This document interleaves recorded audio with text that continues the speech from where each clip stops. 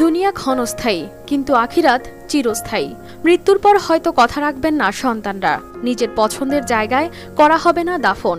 এমন অনিশ্চয়তা থেকে মৃত্যুর আগে নিজের পছন্দের জায়গায় তৈরি করলেন পাকা কবর।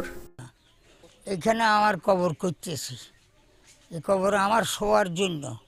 ছেলের ঘরে যদি ওসি করে যাই, ছেলেরা অনাসে এখানে আমার মাটি দিবে না, কেননা তারা হয়তো আমাকে অন্যত্র আরেকখানে দিবে, তাহলে তো আমার মনোভূত হবে না।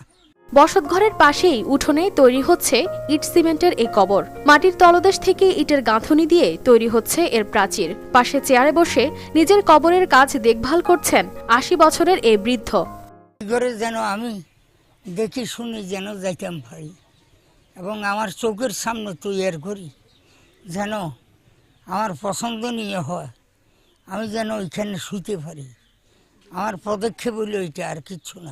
ইসলামের বিধান অনুযায়ী মৃত্যুর পর খোঁড়া হয় কবর, কিন্তু জীবিত অবস্থায় নিজের জন্য পাকা কবর তৈরি করে আলোচনার জন্ম দিয়েছেন নোয়াখালীর দ্বীপ উপজেলা হাতিয়ার মোহাম্মদ হানিফ।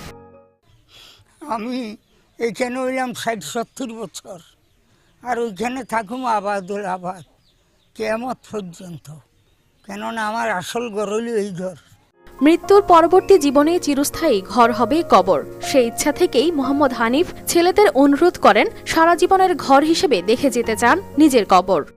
তো আমার বাবার একটা আশা ভরসা দীর্ঘদিন, তোরা আমার ৬০টা ছেলে, আমার জীবনে আশা, আমার কবরটা আমি দেখি যাবো। মানুষ এই দুনিয়ার জন্য চিন্তা করে, আমি আখেরাতের জন্য আজীবন চিন্তা করে আসছি। প্রতি বছর আমি হযরত বরপির সাহেবের নাম আমার বাড়িতে মাহফিল করি, আমার কবরটা আমি দেখি যাবো। বাবা চাননি টাকা পয়সা কিংবা বাড়ি গাড়ি, কেবল চেয়েছেন নিজের একটি পাকা কবর। তাই বাবার আশা পূরণে ছেলেরাও করেননি কার্পণ্য।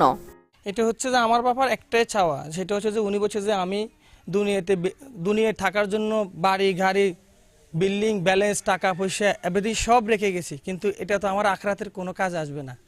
তাই আমি এখানে চলে যাব, আমার জন্য সারা জীবনের একটা ঘর তৈরি করো, যে ঘরটা আমি মৃত্যুর আগে নিজ চোখে দেখে যাব, কারণ সেখানে আমি আবাদুল আবাদ কেটে যাব আমার। তাই আমি আমার ঘরটা তৈরি করতে চাই, তোমরা আমার ঘরটা নিয়ে তোমরা একটু তৈরি করো। তখন বাবা তো আমাদের কাছে বিভিন্ন কিছু চাইতে পারতেন, কিন্তু উনি আমাদের কাছে কিছু না আছে, ওনার সারা জীবনের ঘরটা চেয়েছেন। তাই বুঝি কি আমরা সন্তানরা এটা করার জন্য কি আমাদের একটুও কর্তব্য নাই? স্থানীয়ভাবে জমিদার ডাক্তার নামে পরিচিত বৃদ্ধ মোহাম্মদ হানিফ, তিনি বুড়িরচর ইউনিয়নের ৭ নং ওয়ার্ডের জোরখালী গ্রামের বাসিন্দা। তার এমন কাণ্ডে চাঞ্চল্য সৃষ্টি হয়েছে এলাকায়। মানুষ মৃত্যুর পরে কবর করে মানুষ মাটি দেয়। এখন জমিদার সাহেবের ইচ্ছে হয়েছে যে উনি থাকতে উনার কবরটা উনি দেখবো, উনার ছেলেরা উনার অনুমতিতে এটা করা হয়েছে। মানুষও দেখতে আসে, আমিও দেখতে আসি। অনেকটা পীর ভক্ত মোহাম্মদ হানিফ, পীরের নির্দেশে তিনি এমন কাজ করেছেন বলেও ধারণা করা হয়। আমার জন্য আমি যেন আবাদুল আবাদ যেন থাকতে পারি, কেননা আমার দুনিয়াবি লাভ লালসা এখন আর প্রয়োজন নাই। কবর তৈরির এই দৃশ্য দেখতে দিনভর মানুষ ভিড় করেন তার বাড়িতে।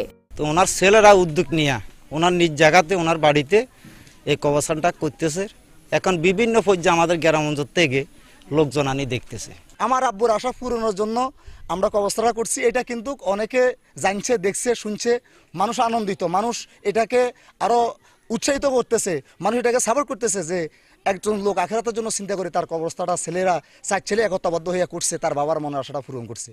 মৃত্যুর আগে জীবিত মানুষের জন্য কবর খুঁড়ার মতো গর্হিত কাজ এখনই বন্ধ করার নির্দেশনা দেন বলে জানান বুড়িরচর ইউনিয়নের চেয়ারম্যান ফখরুল ইসলাম। জীবিত মানুষ ওনার জন্য কবর খোয়া হয়েছে, তো তার ছেলেকে আমি প্রশ্ন করলাম যে কেন করলে, বলে আমার বাবা বলেছে আমি জীবিত থাকা অবস্থায় আমার কবরটা রেডি করার জন্য। তো এগুলো তো ছেলে মানুষ, ওরা জানা না, এই সম্বন্ধে তারা বুঝতেও কষ্ট হয়। কারণ তখন তাকে বললাম এটা সব এখনই সব বন্ধ করে দাও, কারণ এটার কোনো বিধান নাই, নিয়ম বহির্ভূত কোনো কাজ করো না। যেহেতু আমরা ইসলাম রাষ্ট্রে বসবাস করি, মুসলমানের হাদিস কোরআন দেখে শুনে চলবে, এটুকু তাকে আমি বলে দিচ্ছি। মৃত্যুর পরে এই কবরকে কেন্দ্র করে তার পরবর্তী প্রজন্ম জিয়ারত করে যাবে, এমনটাই প্রত্যাশা এই বৃদ্ধের। News desk, RTV।